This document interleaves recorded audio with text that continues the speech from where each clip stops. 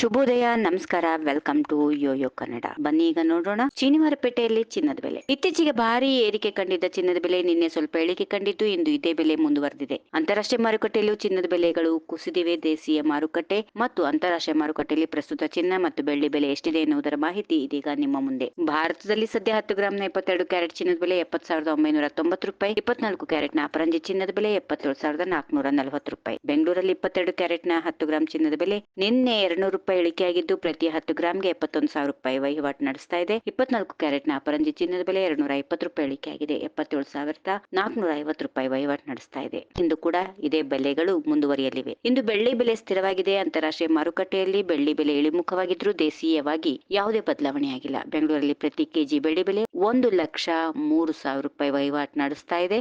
ಮೇಲೆ ತಿಳಿಸಿರುವ ಚಿನ್ನ ಮತ್ತು ಬೆಳ್ಳಿ ಬೆಲೆಗಳು ಮಾರುಕಟ್ಟೆ ಬೆಲೆಗಳಾಗಿವೆ. ರಾಜ್ಯದಿಂದ ರಾಜ್ಯಕ್ಕೆ ಚಿನ್ನ ಮತ್ತು ಬೆಳ್ಳಿ ಬೆಲೆಯಲ್ಲಿ ವ್ಯತ್ಯಾಸ ಇರುತ್ತೆ.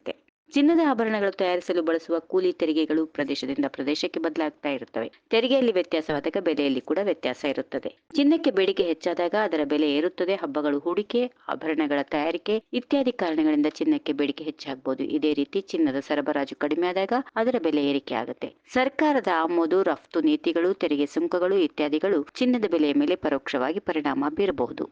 ಈ ವಿಡಿಯೋ ನಿಮಗೆ ಇಷ್ಟವಾದಲ್ಲಿ ಲೈಕ್ ಮಾಡಿ, ಶೇರ್ ಮಾಡಿ, ಸಬ್ಸ್ಕ್ರೈಬ್ ಮಾಡಿ.